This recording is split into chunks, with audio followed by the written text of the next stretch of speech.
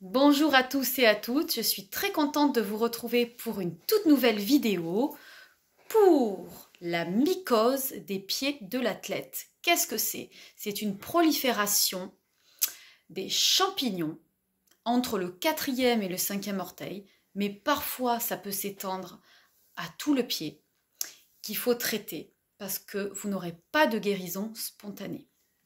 Alors, moi je suis Mélodie. Les petits secrets de Mélodie.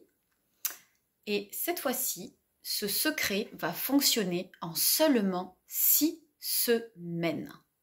Donc, la mycose de l'athlète va souvent arriver chez les sportifs, mais pas que, puisqu'en fait le pied va rester humide et donc là il va y avoir une prolifération donc de champignons.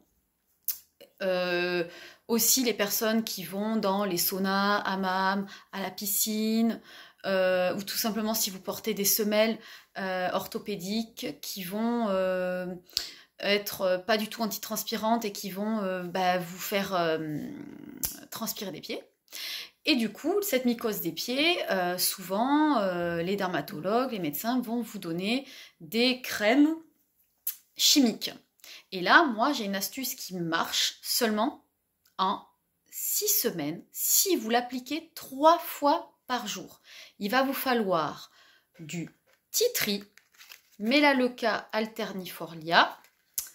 Vous mettrez que une seule goutte, une goutte.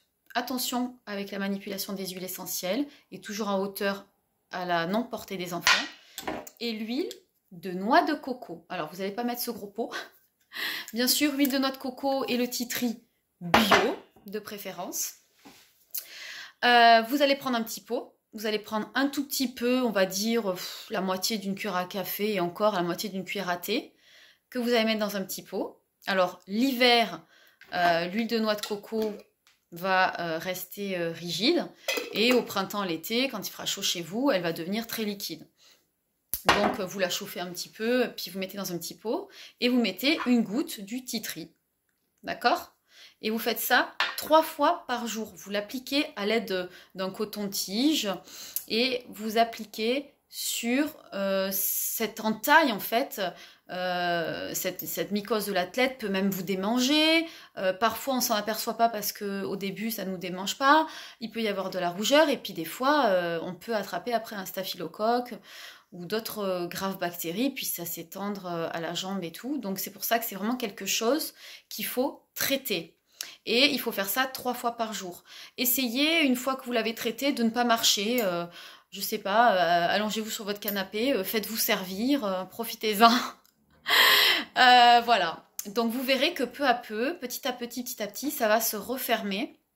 Et donc vous essayez de ne pas marcher une fois que vous l'avez traité. Le soir, c'est super bien avant d'aller se coucher. Voilà. Donc, dites-moi au bout de 6 semaines si vous avez réussi à éradiquer cette mycose des pieds. Laissez-moi des petits commentaires.